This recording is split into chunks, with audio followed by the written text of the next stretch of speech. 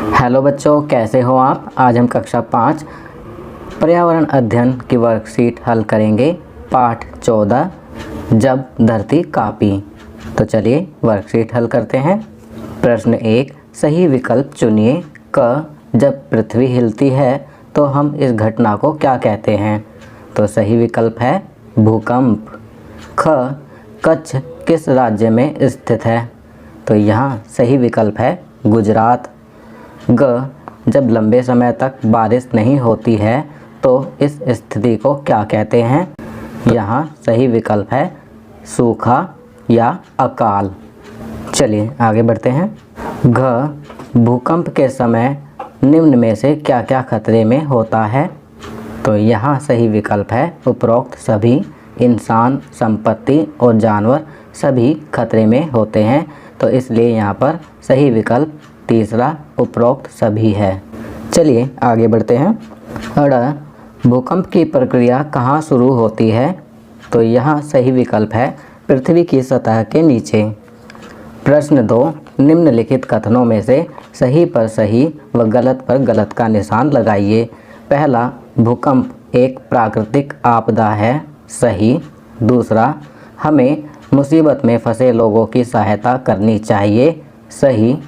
तीसरा, भूकंप आने पर हमें घर से बाहर खुले मैदान में नहीं आना चाहिए। गलत। भूकंप आने पर हमें खुले मैदान में आना चाहिए। चौथा, हमें अपने घरों को भूकंपरोधी बनाना चाहिए। सही। चलिए आगे बढ़ते हैं। प्रश्न 3, निम्नलिखित का उचित मिलान कीजिए। तो पुलिस का मिलान करेंगे 100 नंबर से। फायर ब्रिगेड का मिलान करेंगे 101 101 से।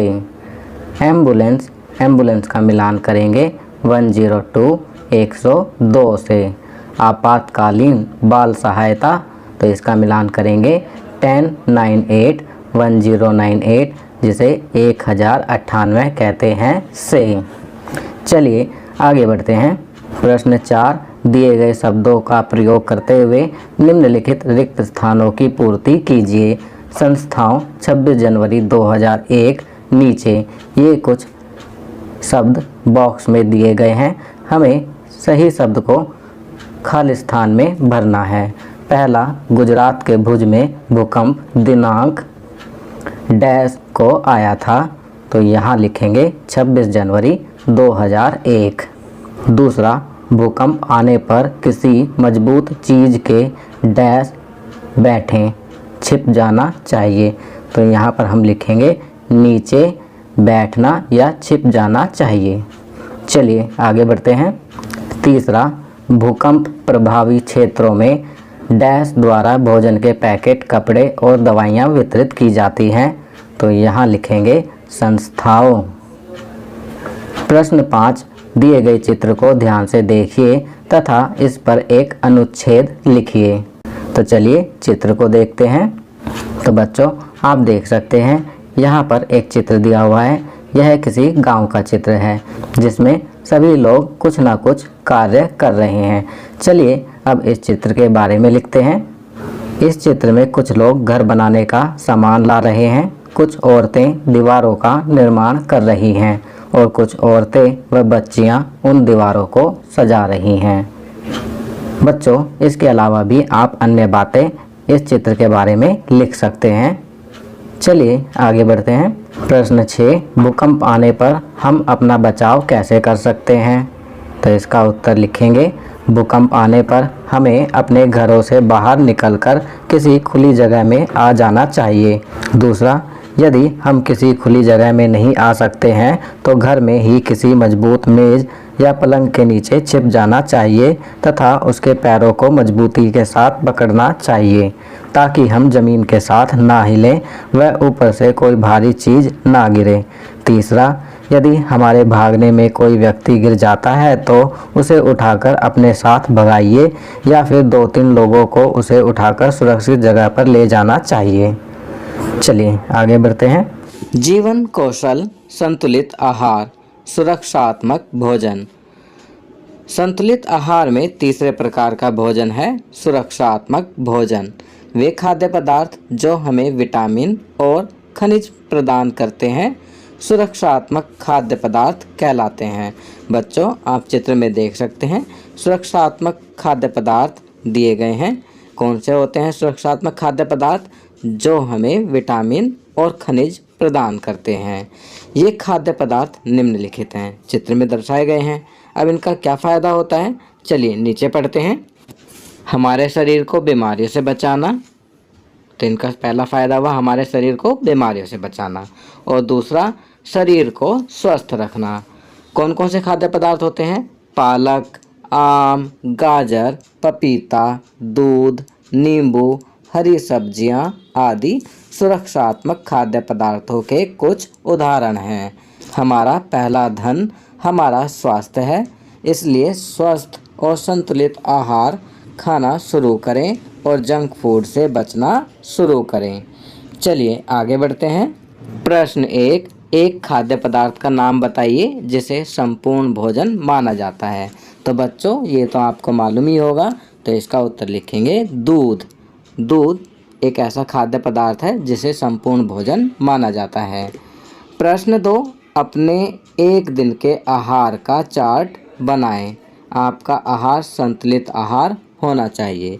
तो बच्चों, यहाँ पर आपको अपने एक दिन का संतुलित आहार का चार्ट बनाना है कि आप एक पूरे दिन में क्या क्या खाते हैं, नाश्ते में क्या खाते हैं, लंच में क्या खाते हैं और रात को डिनर में क्या खाते हैं। तो आप पूरा चार्ट बनाएंगे।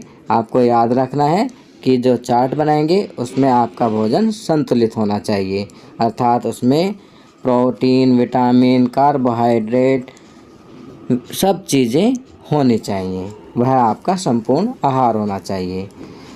अब प्रश्न 3 करते हैं।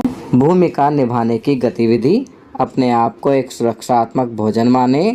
अपना महत्व बताते हुए 1 मिनट का वीडियो बनाएं और अपने शिक्षक के साथ साझा करें।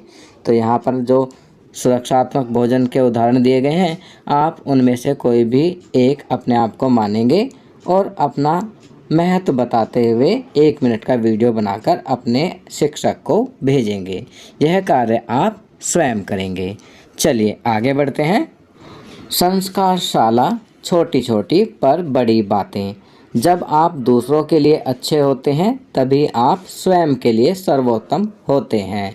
Benjamin Franklin. तो बच्चों, बेंजामिन फ्रैंकलिन ने कहा है कि जब आप दूसरों के लिए अच्छे होते हैं तभी आप स्वयं के लिए सर्वोत्तम होते हैं। खाना पीना, सर्दियों में उपयोग होने वाली सब्जियों जैसे पालक, सरसों, गाजर तथा शकरकंद इत्यादि को अपने आहार में शामिल करें। गतिविधि, मम्मी पापा या बड़े भाई बहन के साथ मिलकर घर में लगे पौधों तथा गमलों को व्यवस्थित करें। खेल, रस्सी कूदने का खेल खेलें तथा देखें कौन ज़्यादा देर तक रस्सी कूदता है। चलिए आगे बढ़ते हैं। दैनिक दिनचर्या, निम्नलिखित आदतों को अपनी दिनचर्या में शामिल करें। अपने माता पिता का अभिवादन करके अपने दिन की शुरुआत करें।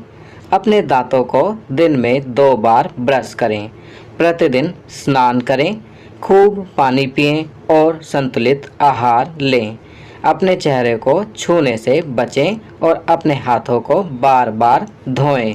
अपना गृह कार्य समय पर पूरा करें। तो बच्चों, यहाँ पर कुछ अच्छी आदतें बताई गई हैं जिन्हें आपको अपनी दैनिक दिनचर्या में अवश्य शामिल करना चाहिए। तो बच्चों, ये वर्कशीट यहाँ कंप्लीट होती है। अगर ये वीडियो आपको अच्छी लगी तो इसे लाइक एंड शेयर ज़रूर करें। अन्य विषयों पर बने हमारे लेटेस्ट वीडियोस को देखने के लिए चैनल को सब्सक्राइब करना ना भूलें और देखते रहिए हमारा channel knowledge kingdom. Thank you.